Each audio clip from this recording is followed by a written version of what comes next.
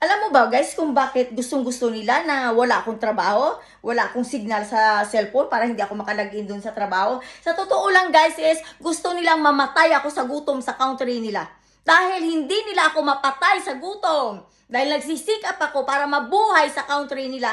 Poison guys, poison yan. Poison sa tubig. Yan ang solusyon. Dahil alam nila, ginagamit ko sa panghugas, ginagamit ko sa paggawa ng pagkain, inumin, lahat. Diba?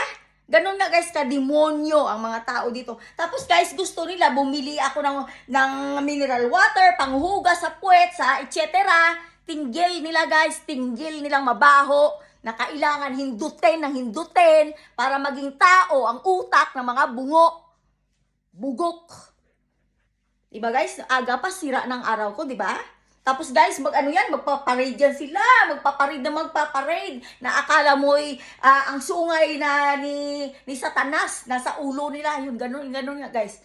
Sila ang sala sa init, sala sa demonyo. Ako ngayon ang binibiktima nila.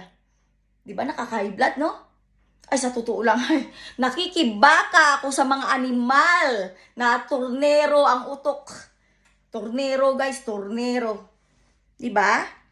Piste, no? Piste. Tuwang-tuwa kaya. Bilewahin erit. Diyan siya. Bibi sa telhili burden. Hunar sword again. Oh yeah. They are proud like that, guys.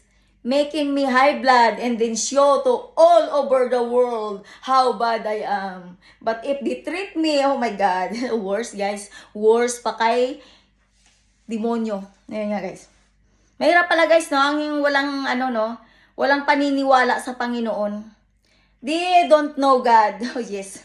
Alam mo kung ano yung God nila guys? Yun yung corona nila. Yung corona guys, ayun, nasa utok na. Grabe. Hindi ko alam, tigas na guys. Matigas na ang utok dahil sa corona yun. Naging bilog na yung utok nila guys. Bilog na guys. Tapos guys, alam mo ba yung bintang sa akin last year? Naubos na yung mga kabataan sa Denmark na matay daw dahil pinatay ko daw. Ay, ha? Ako? Mamamatay tao?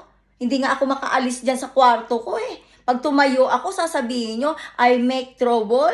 Oh my God, how can I make trouble here that you always following me wherever I want to go? To make trouble, not me.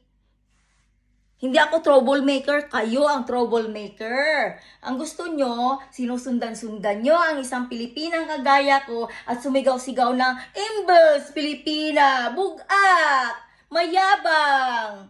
Oh, ayun na yung girl. Kompleto na. Ikaw, may alam ka ba?